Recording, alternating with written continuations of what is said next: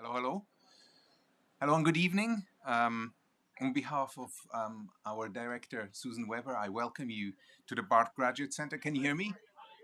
Can you hear me? Oh, okay, I'll start again. So I'll welcome you to the BART Graduate Center, to our first event of this new year. My name is Casper Mayer, and I'm one of two professors of archaeology here at BGC. You'll meet the other one, my colleague, in a minute. And for those of you who haven't been here before, BGC is a graduate research institute dedicated to studying how humans across history made and used things in utilitarian, decorative, symbolic, and many other ways, and how, as a result, objects and places shape not only how we live, but who we are as humans. And we like to think of ourselves, attention, there's a cliche, we like to think of ourselves as a small and nimble institution that perennially rethinks how we approach our disciplines. And you have two fruits of our efforts on display tonight. One is our expanded public programming, which owes its flawless organization to our colleagues at Public Humanities and Research, Andrew Kircher, Nadia Rivers, and Jason Brown. They're somewhere at the back there. And the other is, of course, our institution's growing commitment to archaeology, reflected in our Archaeological Encounters lecture series. Since the series' inception some 5 years ago, our discussions covered an immense diversity of subject matter, from Neolithic home life to contemporary houselessness, to mention two examples, all of them united in their efforts to show how the study of the material world can recover voices and experiences that would otherwise go unheard. And we'll continue this journey tonight with our two invited speakers, and we'll accompany this duet of lectures with a duet of introductions. And I'll ask my colleague Meredith Lynn to introduce the speakers. Thank you.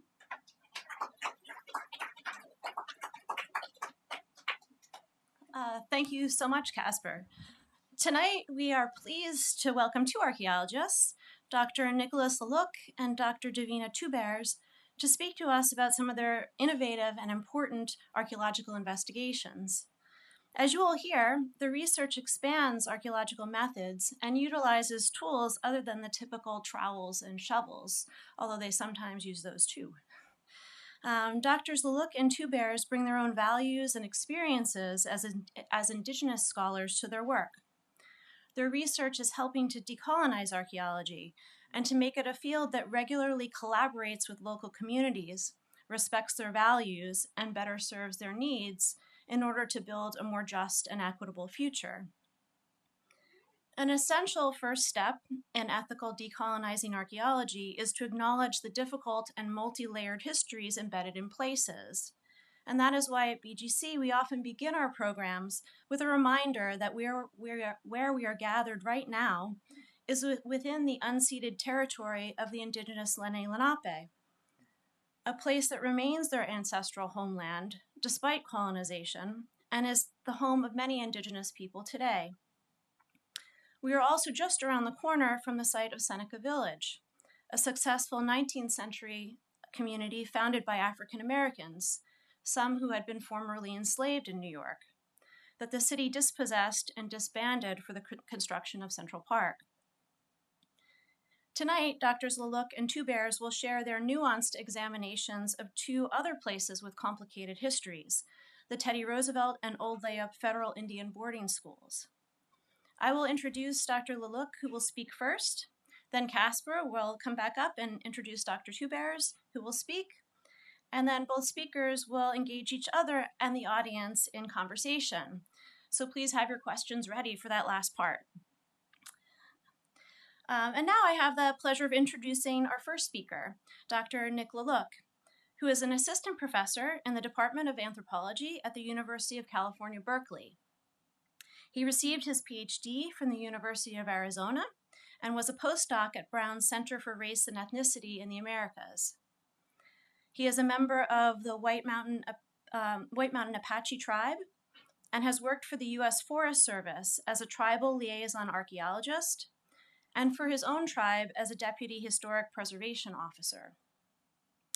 Additionally, he worked for both of those entities as a wildland firefighter and fire cultural heritage resource advisor. In these positions, Nick has led collaborative and multivocal projects and been involved in protecting sacred Indigenous sites. He has also authored numerous book chapters and journal articles about collaborative archaeology and sovereignty-driven research utilizing tribal best management practices. We're so pleased that he's made the journey here all the way from the West Coast tonight, especially during this cold weather spell. I'm sure it's nicer in California right now. So please join me in welcoming Dr. Nicholas Laluk to the podium.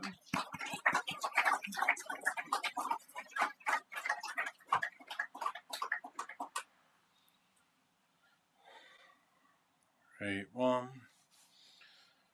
thank you, Meredith, and thank you for everybody at the Bard Graduate Center for having me and Davina here tonight. It's, I think it's really special for us to be able to talk about this research together. And I really appreciate that. So, yeah, my talk tonight is going to focus on some of the theoretical applications I'm trying to apply to my own community, the Ndee, in East Central Arizona, and how folks really persisted and survived and kind of maintained their culture in the face of kind of these dynamic changes that were going on in the U.S. Southwest. So, but before that, a little bit about me. I know Meredith covered a lot of it, but I think, I always try to put out my positionality in a sense of how I approach things, because I was trained as an archaeologist, anthropologist at U of A.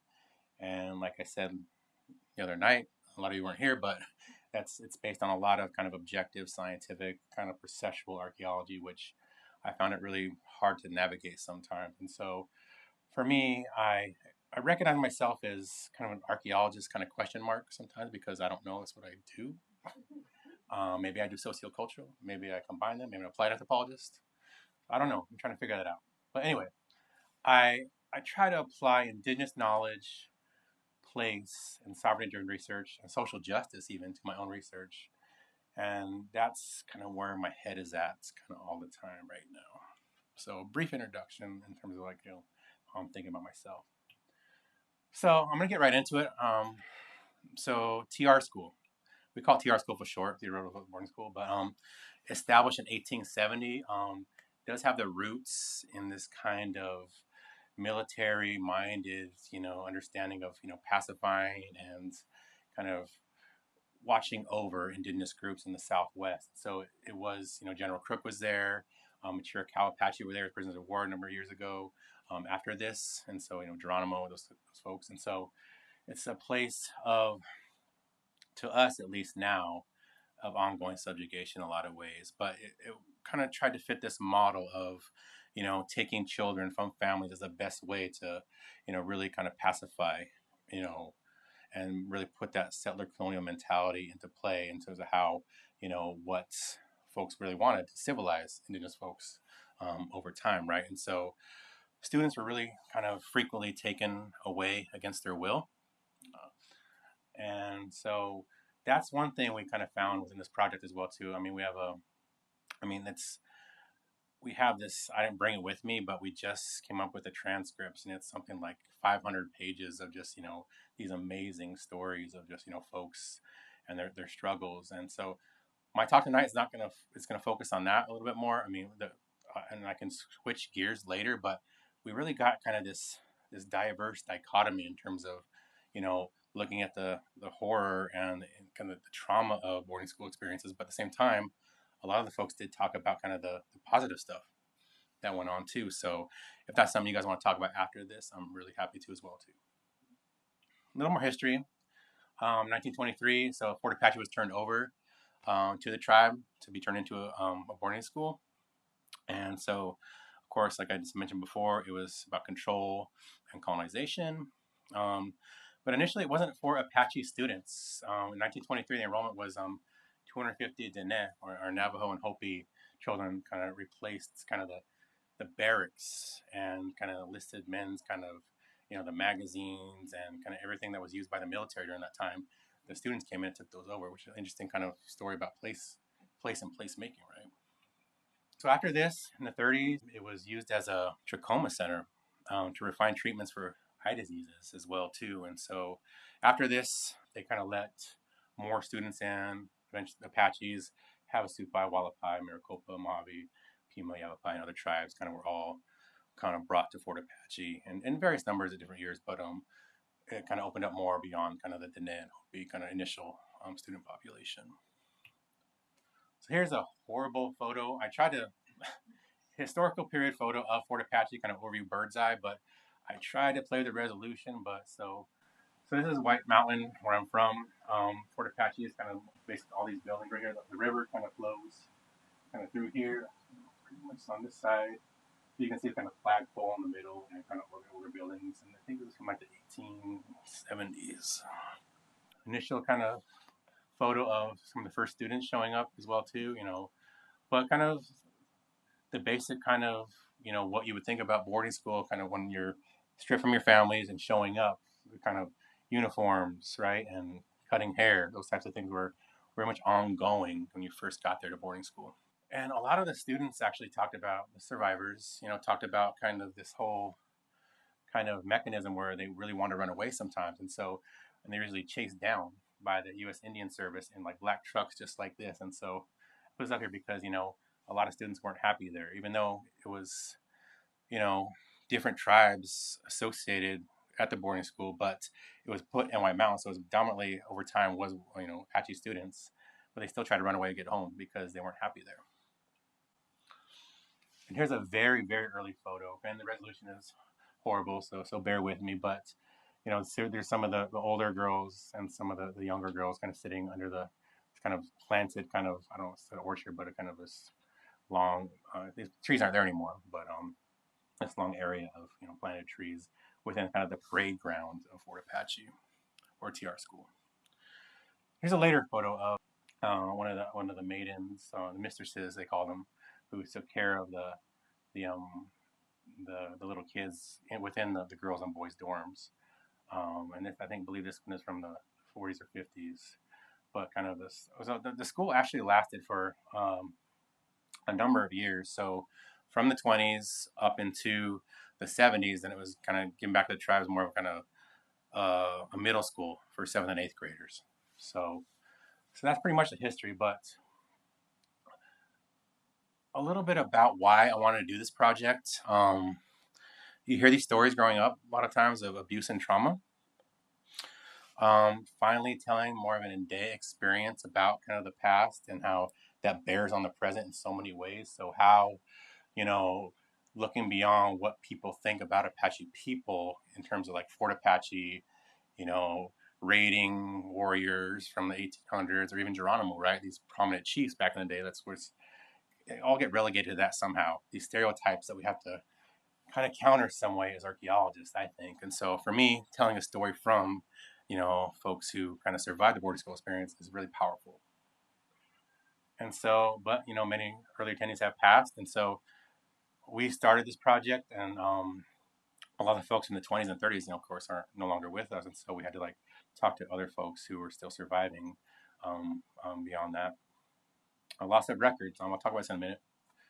And pandemic, we lost a lot of elders. We lost a lot of cultural treasures who were really integral to how we kind of maintain culture over time and kind of contribute to intergenerational knowledge that we have as Apache people. And so now is the best time to finally actually do this project. That's what I'm saying.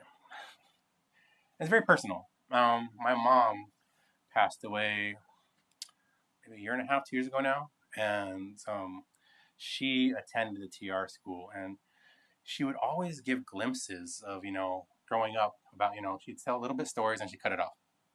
And she'd go here and then she'd cut it off. And she was actually, this happened because, she was abandoned a long time ago by her family who had, issues and by the river, and a priest found her, and they took her to boarding school, and then she was there. She got separated from her brother, never saw him again until later, really, really later in life, like years later. But she got adopted by his other family outside the reservation. But she had these stories which she never got into before she passed. And so my goal was to always talk to her about this kind of stuff, like kind of a personal ethnography, but we never got into it. So that kind of drove me a little bit more to kind of put this project forward, to talk to these elders who have these really, really amazing experiences, at this school. So I talked about loss of records. So this is what I'm talking about. So this Fort Apache is like one of the old barracks, but we used to use it in the 80s as a museum. It actually burnt down in the 80s, but it was housed a lot of our old boarding school kind of correspondence, records from, Washington, D.C., all that kind of stuff. And so a lot of that's in Riverside now, which is left over, Riverside, California, but this actually happened. And so it's something that, was pretty bad. And it took us a while to rebuild our cultural collections in that sense and kind of just get that back. So we built the museum over time, but it was kind of devastating in a sense, of course. So this is an old picture of that. This is like interpretive sign at the barracks, actually, when it was kind of in use. But going back to like the stereotypical understandings of Fort Apache and what this actually project means. So that's why I think, we wanted to focus a lot on survivance and presence and, how folks were maintaining culture over time in this period of kind of when things were really changing in the Southwest, and all across America, right? And so for me, a big part of my research too is getting beyond kind of folks' understandings of, indigenous, kind of ingrained understandings, right, of indigenous and Apache people too. So for me, when we go to Fort Apache and we have interpretive trails there, we have, all the buildings are still open now for folks to come in and do kind of a little walk around tour. But this always comes up because a lot of folks have seen the John Wayne movies back in the day or these types of things. And so, but, they focus so much on this, they miss the bigger picture of what, the living population, the living community who was actually there and really kind of struggling still with settler colonialism in a lot of ways. So interviews. This is the basic kind of method for our project. So we work with, the tribe, my tribe, the museum, Agódzáá, and Anthropological Research LLC, which is this contract company out of Arizona run by T.J. Ferguson. I don't know how many of you are anthropologists, archaeologists in here, but he kind of gave it over to Marin Hopkins and this guy Mike Spears, and they're amazing. So if any of you are doing ethnography and want to do something like this, contact them and they will help you with the grants and all this kind of stuff. But they should give me some money for pitching them, right? But just kidding. Anyway, but we got a heritage grant from the National Park Service. So everybody who was interviewed was from 67 to 89 years old. And so most of the folks who attended were 1940s, 1970s. But the methodology is really interesting because, it was, at first it was kind of easy to track folks down, but at the same time, then we had to go kind of beyond that. And so we did the museum, at the Historic Preservation Office, went to people's homes, nursing homes up in Show Low, this border town, at the casino. Folks were gambling, and so we just kind of found them there and said, you want to talk? And even the elder feeding centers, where a lot of folks wanted and discussed the kind of history there as well too. So the dynamic nature of kind of ethnography at play here in terms of how we're just trying to preserve this knowledge somehow, but you still have to do the groundwork, right? So there's a couple photos just of us doing the basic interviews. So here's Mike Spears here on the left. This is my auntie, actually, Karen Moody, and this is May Burnett in the foreground. During Christmas time last year, was it last year or maybe the year before? I'm confused. But anyway, so this is just us kind of just in action. Here's one of the nursing homes up in Show Low. Do another interview on May, and bringing some fig Newtons because for some reason the elders love the fig Newtons. I don't know. That's like the thing they always request. So, but yeah, Mike's even like we did remotely. So like 45 minutes from White River proper, where I'm from, there's isolated communities, right? So I talked about Civic Q the other day a little bit, but so this is where we had to drive out there and find some folks, knock on doors, and just interview like elders in their camp dresses, right on their porches, and like talk to them about their experiences as well. But there's a lot of hurt there still. That's what we're finding out. Taken to a foreign place, right? And so this is a quote from, Gwendolyn Bloche, this is during an interview, just of how she was taken by the police and how, going to school, even though it's a couple miles from her residence right now where she was living during the time, but, you know, the difficulties of being stripped kind of from your family and missing your parents, those types of things. And there's frightening events as well, too. Folks talk about, how few girls came in East Fork and Seven Mile. There's communities within White River now. Folks were crying because, girls especially, because they're getting their hair cut. And, they want to have their long hair. They're not supposed to cut it ever unless, their husband died or something like that, when the Apache tradition. And so a lot of girls didn't really know what was going on. Like, why were they cutting my hair? Like, this is like something really foreign to me. So these events were actually happening during this time, of course.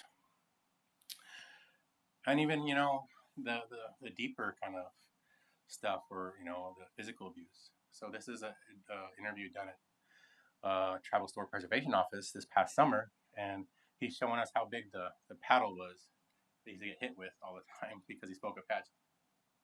So,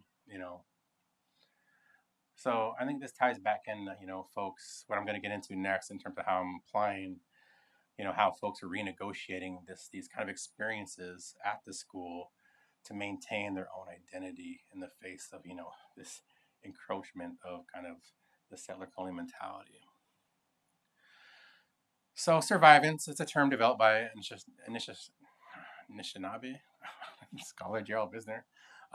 Yes. I'm not going to define it right now. I can later, but it's I'll get into it in a minute. But so with the theme of this kind of talk and how kind of I see kind of what's going on at Fort Apache from these interviews, we really want to focus on how these stories persist, these experiences persist beyond endurance or even survival sometimes, and how as Steve Silliman puts it, he's an archaeologist.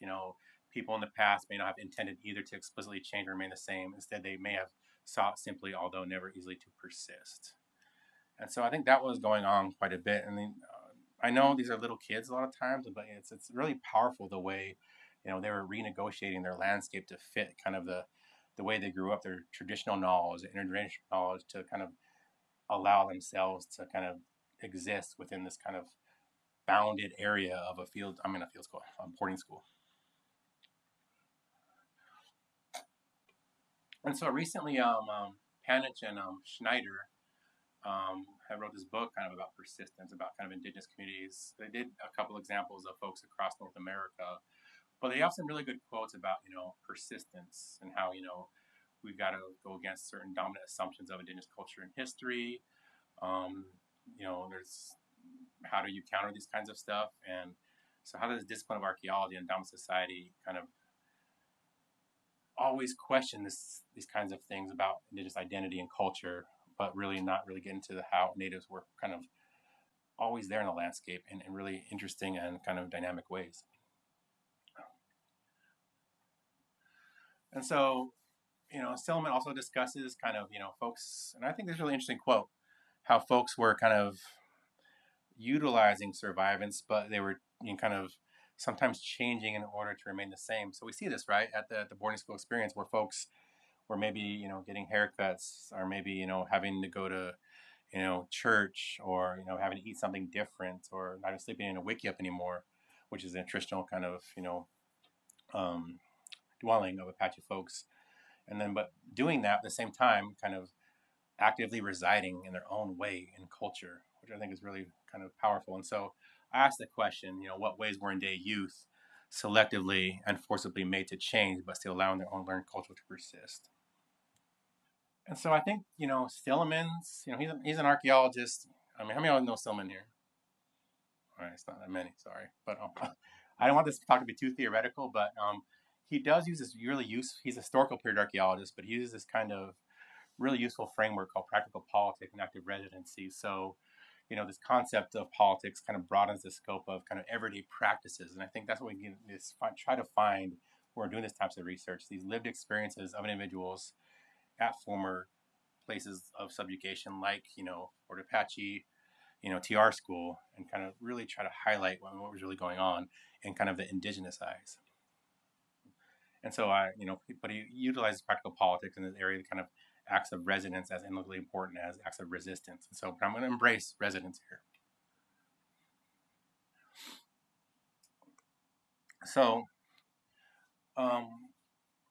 with that notion in mind of, Stillman's notion of active residence and how, folks were occupying this space within TR school, was bounded.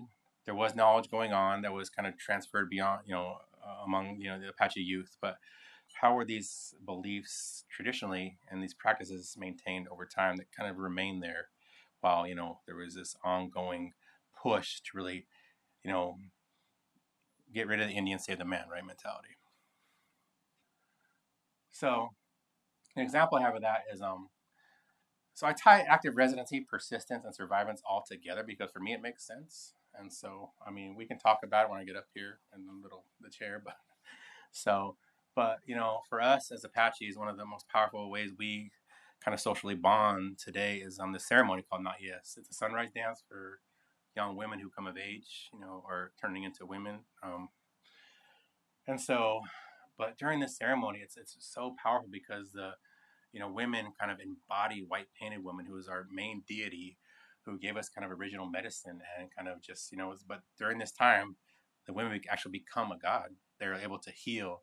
They're able to bless. They're able to, take care of everybody who is there and beyond. And so, during this time, the connection with the earth becomes a lot stronger too. And so it unites families and band clanships, all that kind of stuff through this kind of ritual ceremony and spiritual power.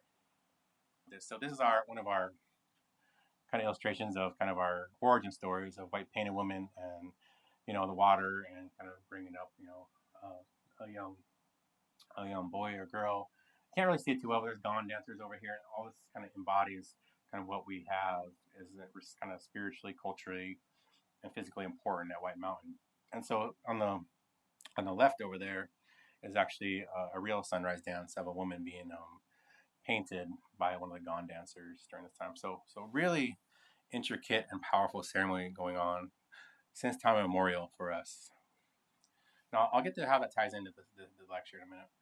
So here's a photo of some of the girls at the boarding school as well, too. So think about that photo I showed you, those two photos, and think about what folks wanted the young girls to be. They wanted them to cultivate. They wanted to plant and farm.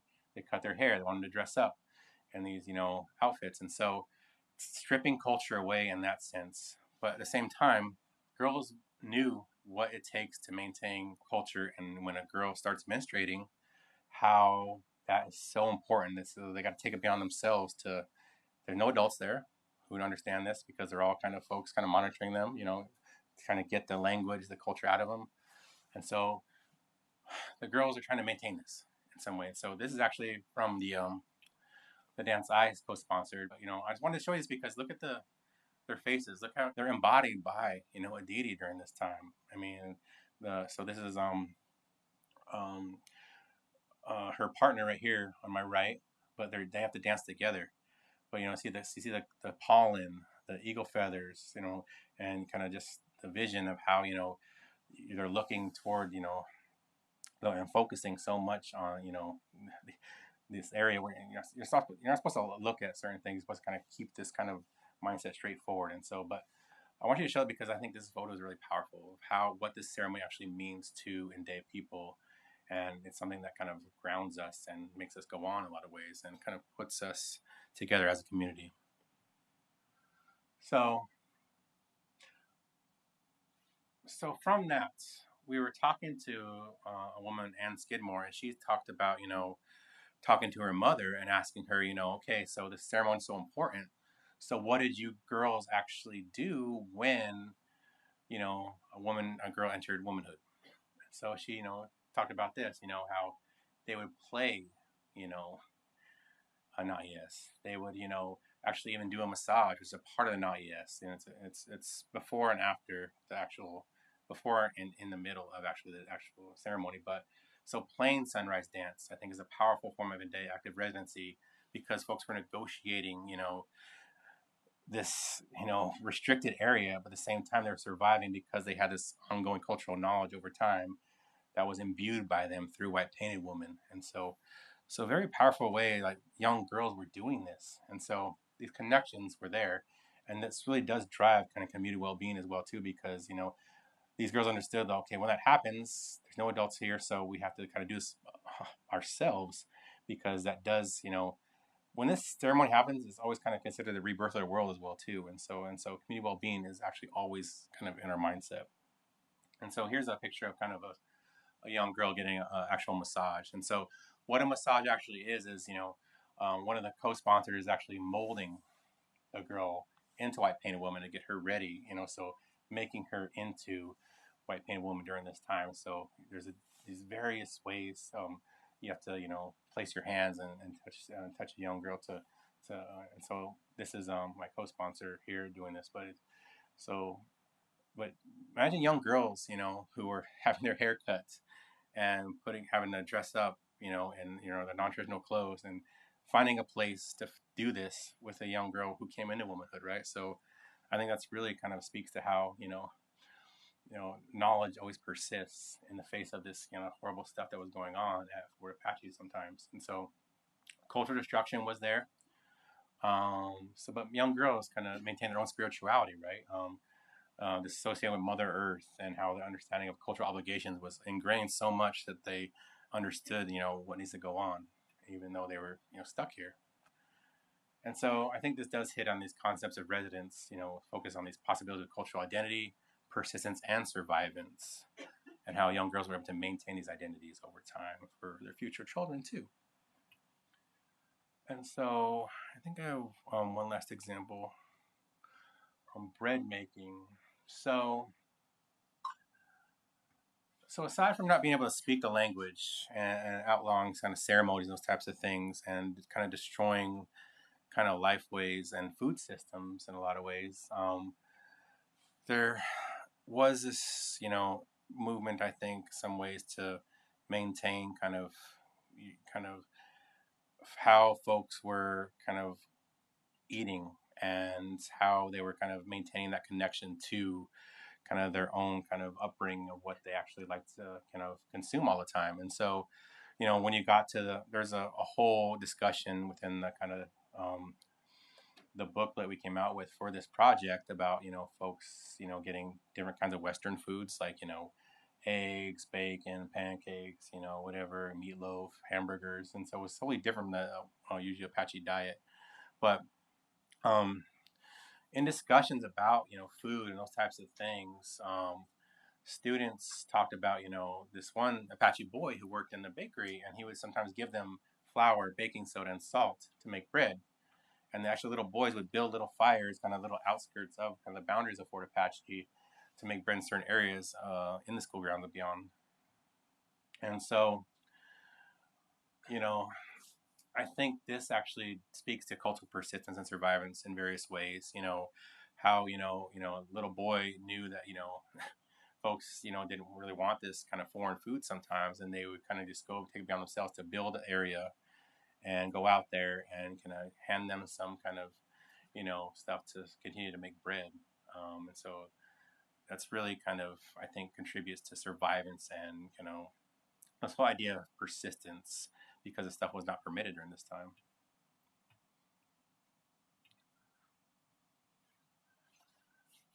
And so using Silliman again too, there's this, I think, really push back then toward, surrounding our daily lives around this place of Fort Apache, of subjugation, and kind of trying to forge some kind of residence in it, which is, I think, really important. So folks were under surveillance. Like I said before, they tried to run away. You couldn't speak Apache. If you did, there's consequences. And so, but folks are still maintaining their cultural identity and surviving in some way by, having these kind of places where they could go to either, play sunrise dance, or even, try to continue kind of this making, bread over a fire.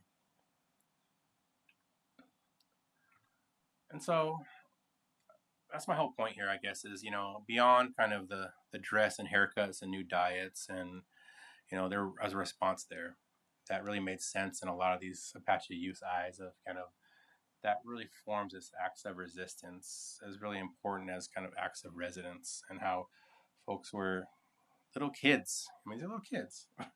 were kind of maintaining their own culture, when this bad stuff was going on. And so that's why I showed those earlier slides of, the kind of, being in a foreign place, or, bad stuff was happening, because it really was sometimes. And so actively residing and with your cultural foodways and finding this kind of balance during this time when, things were changing in a lot of ways.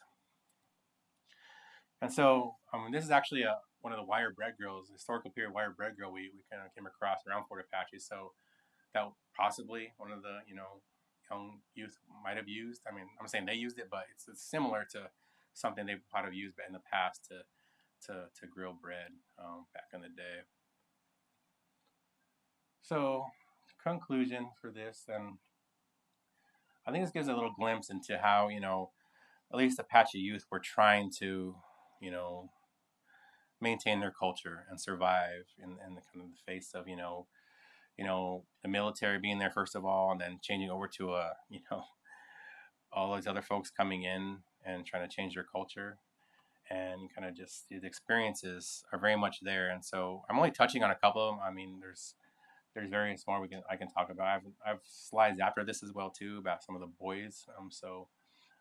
But I don't think I have enough time, and I'll get into that later. But if you guys want to, there's some pictures there. But so as archaeologists, the materials are there: the fire hearths, the features, the wire bread grills, and so there's that kind of stuff there. There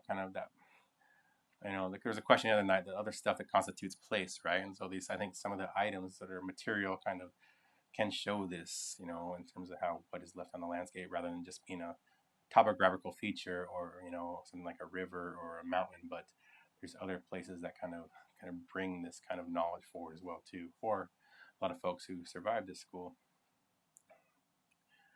And so right now the interviews are complete. We finished up this summer, which was really good. So some of the deliverables were, well, I'm going to talk about this first. So one of the things that we really want to do is move these interviews beyond White Mountain and try to somehow talk to folks who are involved there as well, the other tribes. So like the Ndee, like the Hopi, and other folks I mentioned before. And so get a better, well-rounded picture of what was going on during these times. And one of the coolest things the tribe wants. So, like I said before, my research is sovereignty driven. So I take my cues from my own tribe.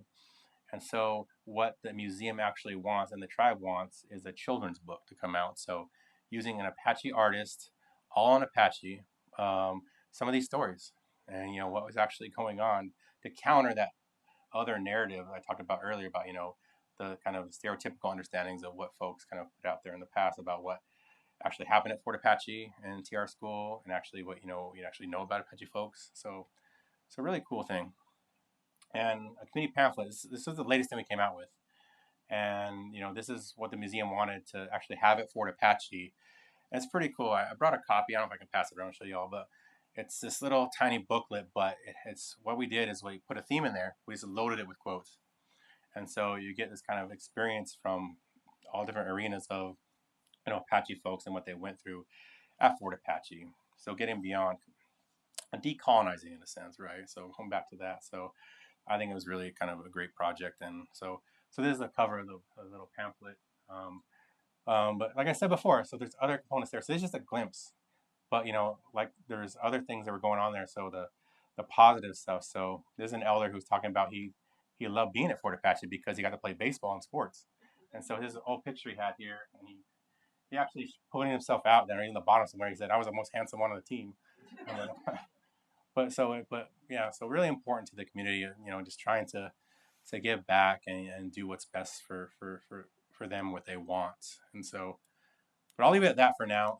We can talk about the other stuff if you want to after Davina's brilliant talk after this, because she's gonna be amazing.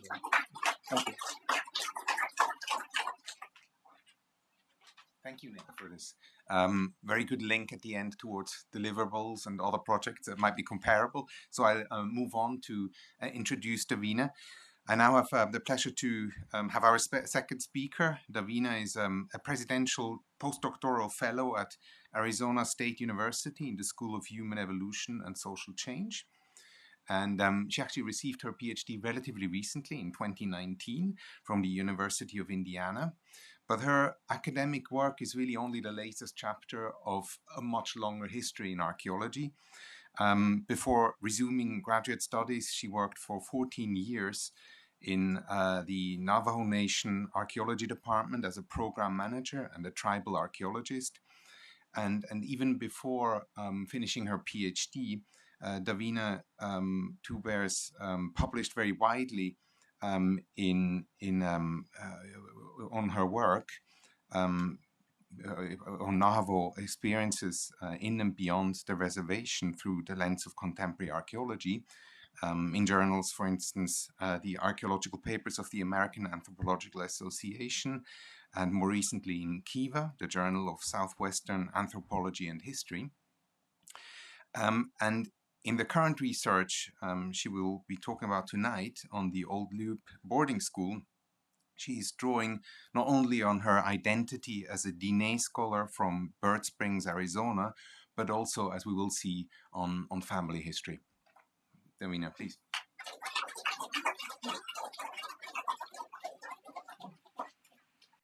Hello, yat shit Davina Two Bears Yanashia Turichitni Nishle Tachitni Bashishchin Tabahi Dashiche do Turichitni Dashanella City Tot Nant Nasha. Thank you, Bard Graduate Center, for having me.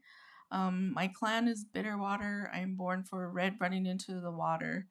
And my maternal grandfather is Edgewater, and my paternal grandfather is also Bitterwater. And in this way, I'm a Ndee woman. And I would also like to acknowledge the land of Mannahatta and the Lenape and all the indigenous people here in the great state of New York. Wherever you go, you are always on indigenous land. Thank you for inviting me here. Like I was introduced, I have been an archaeologist for my tribe for 14 years before I decided to go back to school. And one of the reasons I chose Indiana University was at the time a native indigenous archaeologist, Dr. Sonia Atale, was there, and she researches using community-based research methods, community-based participatory research methods. She's published a lot on decolonizing archaeology as well, and I really wanted to work with her, so I got to work with her for a couple of years while she was at IU.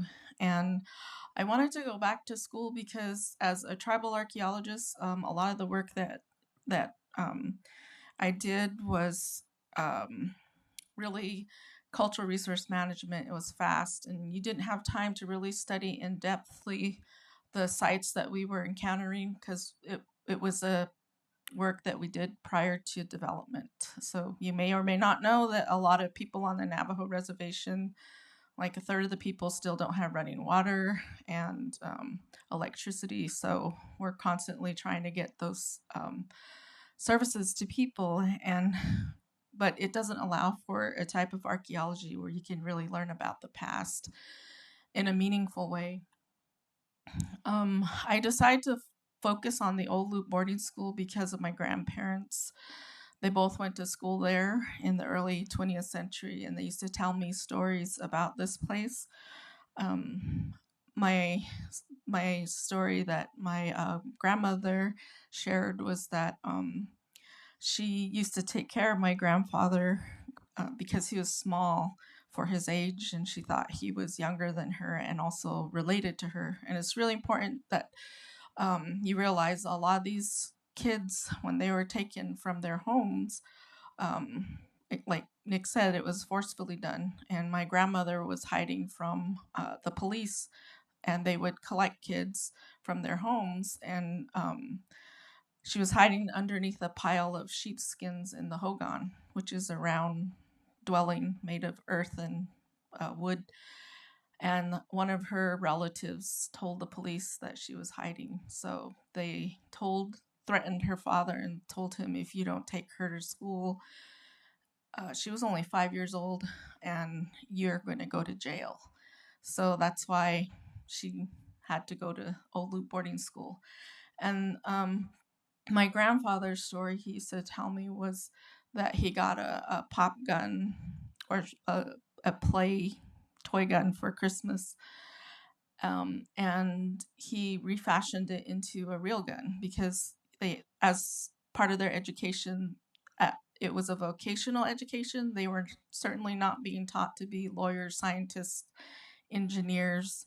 They were taught to be part of the labor class, where women are housekeepers and men are, laborers.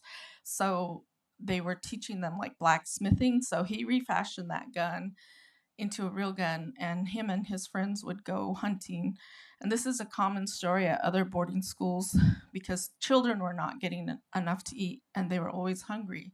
So they would revert back to their subsistence ways of life that they knew. And a lot of people would go hunting outside of the boarding school. And that's what he did with his friends. And they would cook their rabbits out there and eat them. So those are the stories. And I didn't think of anything really at the time. I was a kid. And then when I became an archaeologist, I was participating in a project at NAU, and I was able to Northern Arizona University visit this archaeological site, and I realized it was the Laluk boarding school site because we did a project there with the local kids, and we were teaching them how to do some basic historical archaeological methods and also the history of this site. And I realized that that was where my grandparents went to school because it was also used as a Japanese isolation center in 1943 after the school closed in 1942.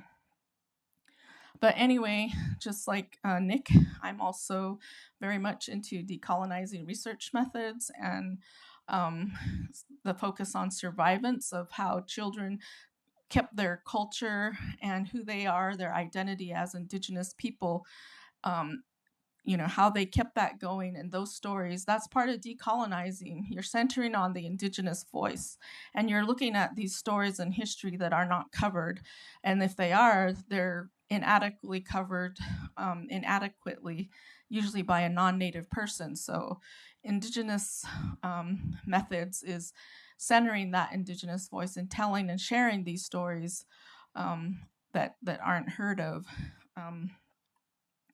So a lot of boarding schools were developed, and the first one was Carlisle Indian Boarding School, not too far from here in Pennsylvania, 1870. That model took off. The U.S. government built more. The National Native American Boarding School Healing Coalition, they have a whole website. You can look them up. And they're researching boarding schools, and it's part of the Department of Interior's goal as well. We've recently been getting a lot of focus on boarding schools and residential schools in Canada because of the unmarked graves that were found in Canada. And that was actually one of the most surprising things about my research in looking at the archival records, the number of children that died in boarding school. It was very sad, very shocking. Right now, there's over 523 documented Indian boarding schools in the United States. More than 400 of those were federally funded by the U.S. government. And on the Navajo Nation, we after we were let go from Fort Sumner, where we were imprisoned from 1864 to 1868, in our treaty that we signed with the U.S. government, we were promised an education, however, for every child, but that didn't actually come into fruition until well into the 20th century. These are the federal Indian boarding schools that were built on the Navajo reservation. There's one on the Hopi reservation, that's Keams Canyon, where a lot of Navajo students went. But as you can see, Loop was built in 1909, and it's on the southwest corner of the Navajo reservation. These are just the stars. The star on the lower southwest corner is supposed to be Loop, but it should be on the other side of that blue line, which is the Little Colorado River. So sorry about that. This is a map of the school that I found in the National Archives in Washington, D.C. And this map was drawn, I think, in 1941. There in the center of the map is the heart of the school, I would say. So there's a dormitory, and then there's a school, a hospital, and then a dining hall. And around that main center, I don't know if you can really see it, but there's like a black line with X's. Someone drew that there, and that signifies the fencing for the Japanese internment camp. And at each corner was a tower where they had, the military stationed in each of the corner with guns. This place is really an interesting place, and again, it's one of the reasons why I studied it, because also before I wrote my dissertation, there was no written history about the Laluk boarding school, even though it was a very important place in our community. Hundreds of students went to school there. A lot of people worked there, and the Japanese isolation center history, though, is documented. It's been written about by Japanese authors and other historians and the National Park Service. This is an aerial view. You can see on this right the Little Colorado River and how close it was to the boarding school. As a result, the boarding school kept getting flooded, and the river used to run to the east side of the school and then north, but the river channel changed in the 1920s, so it caused a lot of flooding. Some of the students would be sent to Fort Apache to get out of the floodwaters. Oops. It's hard to talk about this history in 20 minutes. This is the original building that was first built in 1909, and at that time, everything was in that building. The dormitory, the classrooms, and also the center was a courtyard where there was a basketball court. But in 1920, they added a second floor to this building, and they made it just into a dorm for both the boys and girls. And it was kids age first grade all the way up to 8th grade. But students that went to school there, they often stayed until they aged out, 21 years old. So they kept a lot of the older students because they wanted them to do a lot of the hard labor, and they wouldn't promote them because they wanted them to work at the school. And they were criticized by inspectors for doing that, holding back older boys and girls so that they could do the upkeep of the school. The building on that side is the school building that was built in 1923, and it also had a courtyard in the center. And then on the back end of it, there was this is the back end of the school, and there was a little auditorium right there, and they would show movies there. My grandmother said she used to watch westerns, and her favorite actress was Mae West. And there's a hospital there. A lot of the boarding schools had hospitals built with the school, and you can see how close the Little Colorado River is right behind that school, the hospital, I mean. The dining hall was also built in 1923. In the 1920s, they did all this renovation. They built the second floor onto the original building. They built a new school building, and then they built the dining hall. So the population went way up to 400 students in the 1920s. And that's the picture that you saw when you first came in, and this is the dormitory part of it. You can see the second story built on there, and my mother used to play on those slides when she was a young girl. And the power the fuel was coal. There was a train station, Sunrise train station, about 18 miles, and the Navajo men would bring coal in the wagons several times a day, and they would burn it here in the powerhouse, and that would provide the heat for the school. And a lot of the kids, the boys, worked in the powerhouse. That was part of their vocational education, even though it was very dangerous. And they also were criticized by federal inspectors, and they would tell them not to have the students work in there. This just shows, I looked at enrollment records, like I said, in Washington, D.C., and I found, again, the increase in student enrollment corresponded with the increase in the new buildings. Again, they had a vocational education. The older students, they did work half part of the day, and it was very gendered. So the girls did, learning to do laundry and sewing. Boys, they had a little bit more choices. They could do farming, although farming wasn't very successful here.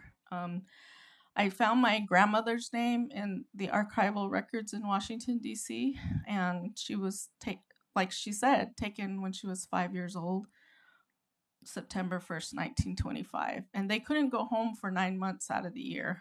And I when I think of someone taking my 5-year-old kid away, I have 3, it just, I can't even fathom how, that could happen.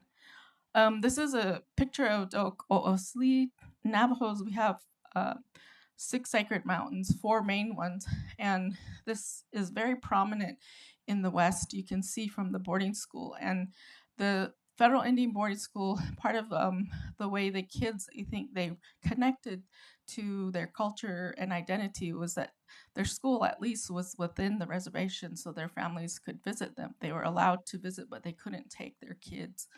And in Navajo, this sacred mountain is considered female and our protector. She protects us from evil. We get, to this day, it is very important in our, I guess you would call our religion. It's a part of our ceremonies. And next to, like I said, the school is also the Little Colorado River, where we continue to offer prayers at the river as well, because that's also considered a sacred place and holy. They're both holy places. So it's in with, the school was within a sacred landscape. So I think, that helps the students to, if they wanted to, they could say prayers along the river, and they can see the sacred mountain there taking care of us, watching over us, protecting us from evil as well. And a lot of these kids at this time, that's, there wasn't Christianity, even though that was imposed upon them. So they still had those cultural, traditional teachings at this time. And a lot of those teachings also have to do with coyote stories that we have to educate our young people. And coyote stories teach what you're not supposed to do. So they can be really funny. And that was one of the main methods that Navajo children learned education was through coyote stories, which you only tell those in the wintertime. So I'm free to talk to you about that right now. But anyway, Coyote, he tells lies, he cheats to get what he wants. But he's also shows perseverance. He also shows determination. He also shows planning. And he tries to trick all the animals to get what he wants. And they fight back a lot of times. And even if they may be small, they use their intelligence and their sacred knowledge to get back at Coyote. So those stories, they show survivance, basically. So I feel like those stories motivated a lot of the students in how they reacted to these assimilationist policies enforced upon them, where they were not allowed to speak their language. This just shows the Colorado River, and this is a bridge that goes over the river. It's not too far away, the bridge from the school, probably just like less than a mile. And again, part of decolonizing research and my research was interviewing elders, and I got to interview some of the elders that actually went to school there before the school closed in 1942. And sadly, a lot of those elders have passed away since I've talked to them in 2016.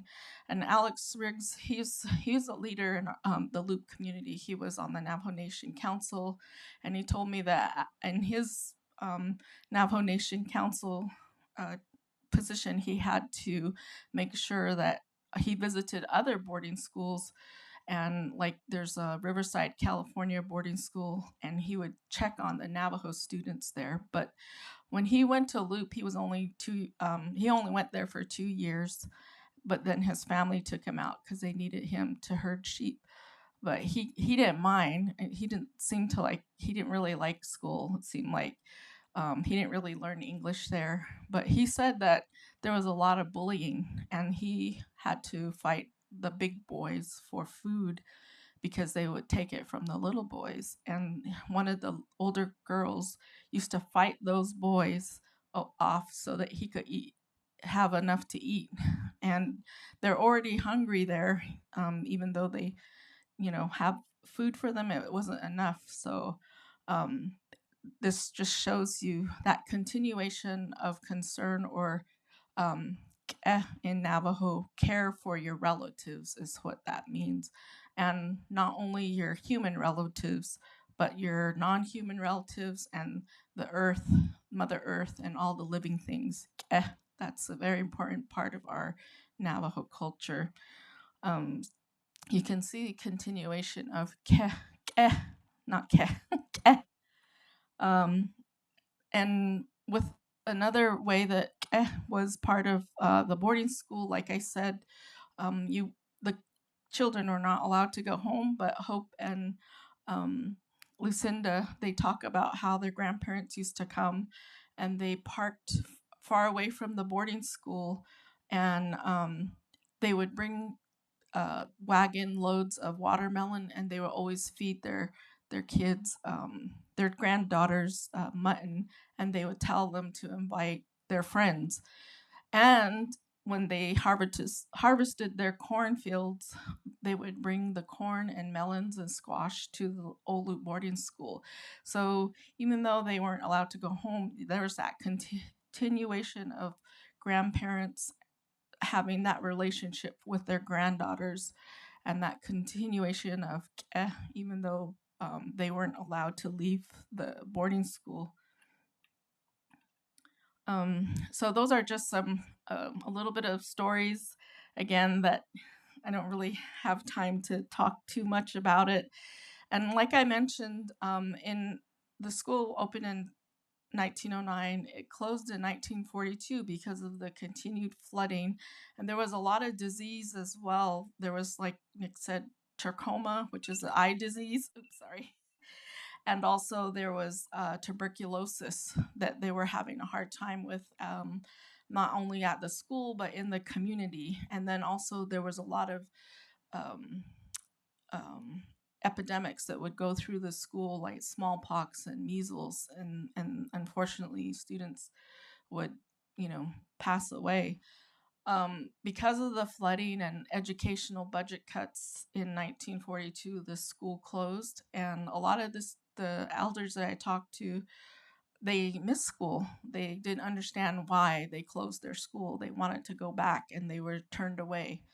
And their parents couldn't take them to another school because there was none close by. The nearest one is like over 75 miles away, so they didn't want to take their kids there because they couldn't visit them and see them, and it's too far. So the United States War Department took over take over that space, and the Navajo Nation Council, or the government, gave them permission to use the school to help with the war effort. But I don't think they knew that they were going to imprison Japanese American citizens in this space. My grandmother told me that she was very sad when she saw those men there, and they didn't understand why they were being imprisoned. Like I said, there was that big barbed wire. They had those 4 guard towers. There was a total of 70 Japanese American men that were troublemakers from all the other camps across the U.S., but they didn't allow them to. They weren't given any justice or any kind of court hearing. They just would send them there for no reason. Some of them were sent there accidentally, like, or even for like little reasons, like calling a name, somebody a name, or asking why, wanting to know why they were being put into these internment camps. And just for asking questions, they would get sent to loop, and they were not told how long they were going to be there. And um, A Bitter Legacy is a film that was just produced, I think, in 2016. And the director of that film, she said that the Loop Isolation Center, um, it was like a precursor to Guantanamo Bay. So that's a place on indigenous land, ironically, where Native students were assimilated into Western society and punished for speaking their language, but yet the U.S. government came to those same Native students and made them develop a code during World War II, and those are the Navajo code talkers. And my relative, one of my relatives, and my grandfather, they both served in World War II. And one of the ladies I interviewed, Ardith Curley, her husband was a Navajo code talker. So he went to Old Loop, punished for speaking his language, but yet when the United States government needed a code, they went to the Navajo people, they used their language to win that war against the Japanese Empire. So there's all these ironies of oppression against Indigenous and Japanese Americans in this site, and that history needs to be told and acknowledged. And it's something important to me, and I really want to continue this work because it's what the community wants. They want to know more about the Olu Boarding School's Navajo history, and also they've asked also, they're curious about the Japanese isolation history. So I'm partnering with other archaeologists, and we've applied for grants. So hopefully we'll be able to do some actual archaeology, because this site is over 125 acres square, and these are some of one of the buildings that there's only 2 buildings left out of so many that were bulldozed in the 1960s. So it's really interesting that the U.S. government totally bulldozes these sites, so you don't know what was there. And they do the same thing with Japanese internment camps.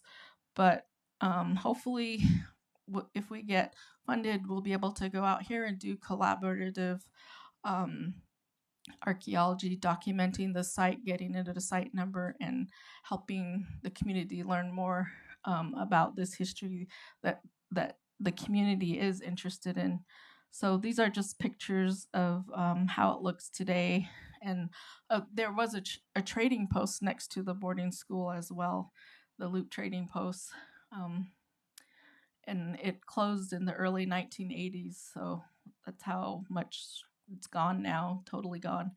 But these are some of the features on the ground out there. So I just want to say thank you all for listening to me tonight. All right, you want me to go first? Yeah.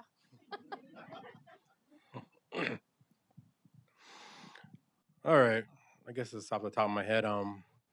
Since we're still on the theme of Japanese incarceration and the boarding school with the young Ndee kids.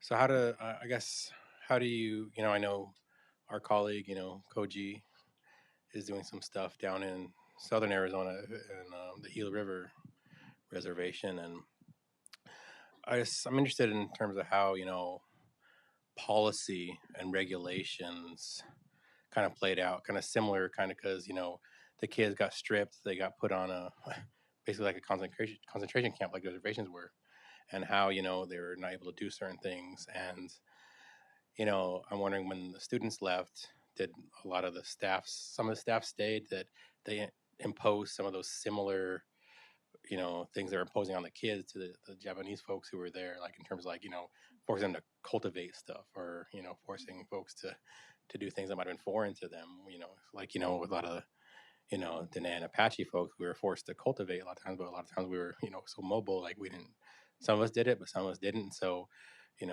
trying to civilize in a sense more to meet that building America narrative in a sense. And so I'm wondering, how are you seeing some of those similar things happening that Koji's talking about, in terms of like maybe planting like alfalfa and cotton down there in the valley, like the Japanese were doing or made to do at LUP as well too, in terms of those kind of maintaining those policies of assimilation in a sense? Yeah, the Loops Isolation Center was only open for 9 months, and only they didn't bring families there. It was just the men, the quote unquote, like I said, troublemakers. And when the Japanese, some of the there's interviews that were done um, by Japanese organizations, like I think Densho has a lot of oral history interviews and of Japanese Americans that were imprisoned. And Harry, you want, I don't know how to say his last name, Ueno, but he's been interviewed, and I think they had the military there, but there were just like watching over them. And I've heard that a lot of times they were bored. They didn't really have anything to do because they weren't there to they didn't have enough time to develop a farm, and the farmland was really bad right by the school. So they talk about being really bored. And then other stories I've heard were like they worked on cars. They would try and fix cars or trucks that weren't working. And one of there was an interview done, I can't remember his name, but it was published in the Arizona Republic newspaper, and he said that he made friends with some of the military guys, and he asked them to take them to Rainbow Bridge. And so they said that they were like, yeah, we'll take you. So they took some of the Japanese guys to Rainbow Bridge, and he said he even had a picture of himself there. And then they brought him back to the internment camps. So I think generally they were not really doing too much. And my family remembers, watching them from the other side of the fence, and they could see them playing like basketball or other, like maybe I remember basketball was one of the things. And my grandmother, she said that she felt sorry for them, and families would bring the Japanese people food. So I don't know, they weren't allowed to interact with them, so I don't know how they would give them the food, maybe over the fence or something. And there's also people mentioned like the Japanese men learning how to say yat because there were Navajos that were working in the like you said, some of the people that were working at the boarding school continue, like the maintenance guys, continued to work at the Japanese Loop Isolation Center, but they were told not to talk to the Navajo men. But somehow the Japanese guys learned how to say yat. So a lot of the Navajos would drive by to go to the trading post. So then when they did, the Japanese men would say yat. And Paul, I think his name was Paul Robertson, was there was a director, Raymond Best, who was there for a couple of months, who the Japanese men did not like because he was not very friendly and he was really not listening to the Japanese men. And then Paul Robertson came and replaced him. And he had previously worked with Japanese farmers in California with, I think, the California Department of Agriculture. So he knew a lot of Japanese people already, and he was willing to listen to the men. And he even had Japanese man, Diane Tsuchida. She's her dad was there, and uh, she talks about how her dad used to babysit for Raymond Best. He was Raymond Best's gardener, so he would, you know, garden and also babysit his two little girls. And he was supposedly like a bad guy, but Paul Robertson trusted him, and Paul Robertson was the one that was responsible for closing down the Loop Isolation Center. So that's a long-winded response. Thank you. Yeah. I guess I just want to hear maybe another story that you might have about with some of the elders, maybe something that they shared with you, and also how do you have an opportunity to go back home a lot? And I know it's hard when you're an academic.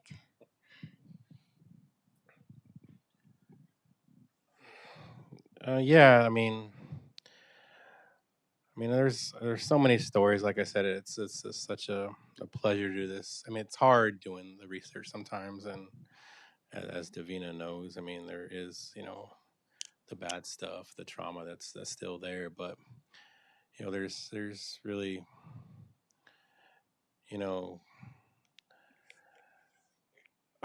good things I think that kind of came out of some of the experience, especially later for a lot of the students who were there. And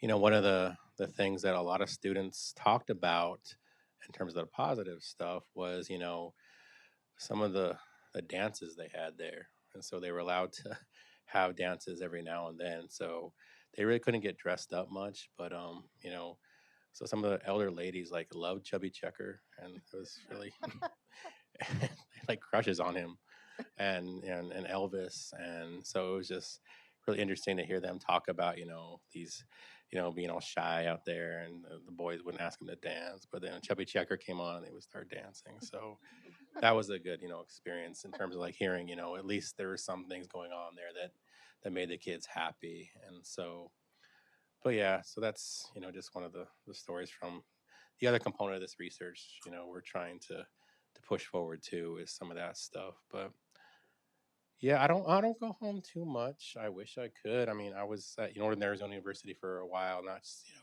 in Flagstaff, which is in Northern Arizona, but it's like 2.5 hours from where my community's from. So I really liked it because I could take students there. I could visit my family.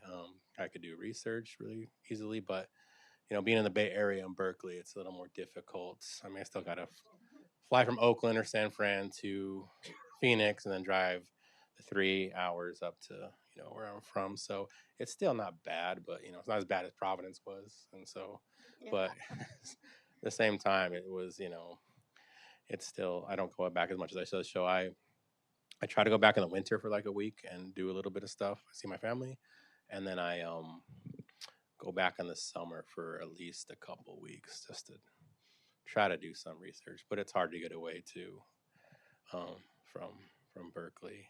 But yeah, so not that much as I'd like to.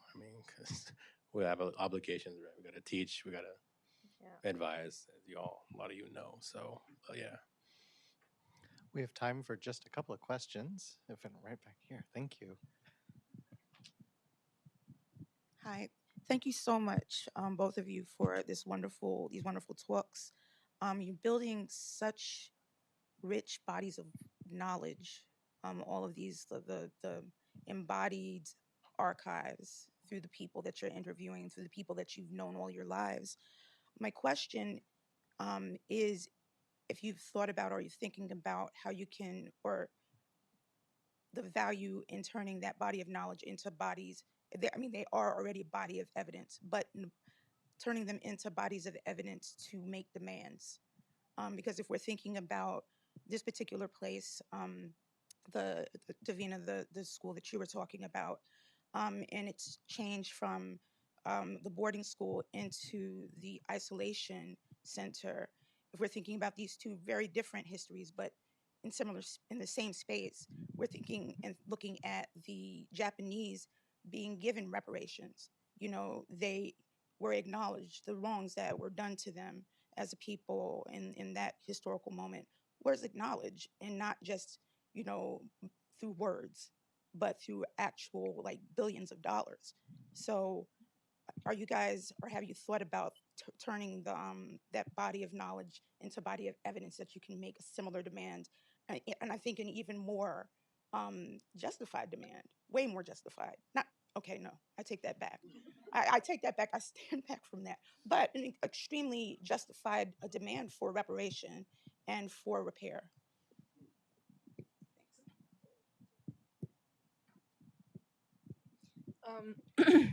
Thank you, Tracy. She was my colleague at Swarthmore, where I was a couple of years ago, or last year, not a couple of years. Okay, so anyway, I guess where my mind is just, like Nick was saying, this is important work for us, and at this point, I'm more of an educator, and what I'm passionate about is educating, not only my own tribe, but also, like, you all. That's what I'm passionate about. That's why I'm a professor. I want to educate people. I always have, about Native Americans, about Ndee, Navajo people. I grew up in northern Arizona, and they didn't teach about Navajo history in any of the public schools I went to. The only time I learned about Navajo culture and history is when I went to a Navajo school um, in Bird Springs called Hatahtliajibilta, and that is Little Singer School. And I just wrote an article about that, by the way. It's in the Journal of Arizona History. It was just published this fall. So I think, there, the Secretary of the Interior, Deb Haaland, she's bringing, recognition to Indian boarding schools. And I always wanted that to happen, because it seemed like nobody cared. Nobody cares about, they think Native people aren't around, first of all. They don't appreciate us as modern and people who have survived, you know. And I guess that's why I want to be an educator, because I'm mad. I'm mad about that. I want people to know, and I want people to know we're still here. I want people to know we have our culture. I want you to know you're on indigenous land, you know. So that's what really pushes me to do what I do. And sometimes I could wish I could still be young like Nick, and but I'm getting older and older, and I'm running out of time now. But yeah, so I don't know if I really answered your question, but if anyone wants to do that, I would definitely support them.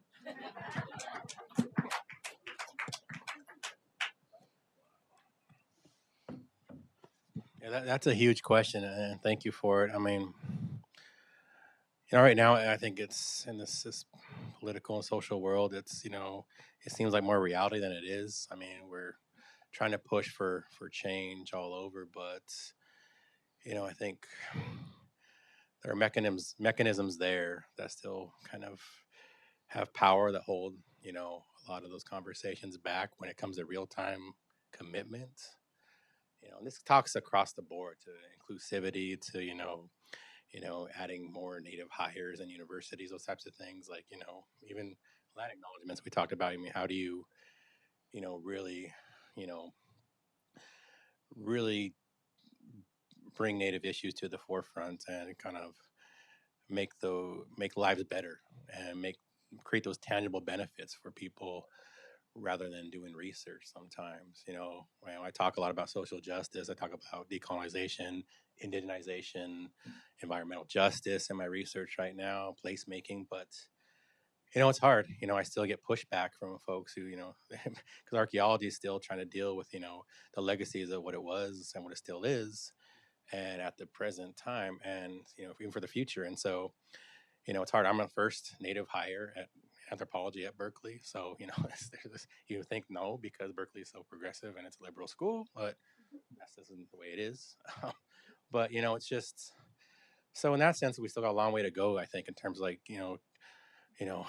thinking about reparations, and even when that'll actually happen. I wanted to so bad for so many folks who who got just destroyed and decimated by a lot of horrible things that happened in the past. And so but yeah, I don't know where we're gonna go. I mean, I wish I did. I mean, it's really hard for me to imagine a world that kind of sees that kind of stuff happening, like land back, or even monetary compensation, which I know a lot of even folks don't want with the Black Hills. I mean, that's been sitting in trust forever, because they don't want the money back, they want the land back, and that's part of reparations too. Like, give us the land back, and maybe it'll be a little bit kind of okay, but that's one way you can do something a little bit better for us. And so that's the thing for archaeologists and anthropologists. I mean, when does our research turn into activism? When does it turn into more than just, what we're talking about sometimes in terms of words? And so I get kind of frustrated with, buzzwords like decolonization, like indigenization, because, how are we moving beyond those types of terms and really, really helping folks in that sense? And so I think we can, but it's just, I don't know. The world we live in is so, still so backwards sometimes. I just don't know how we're going to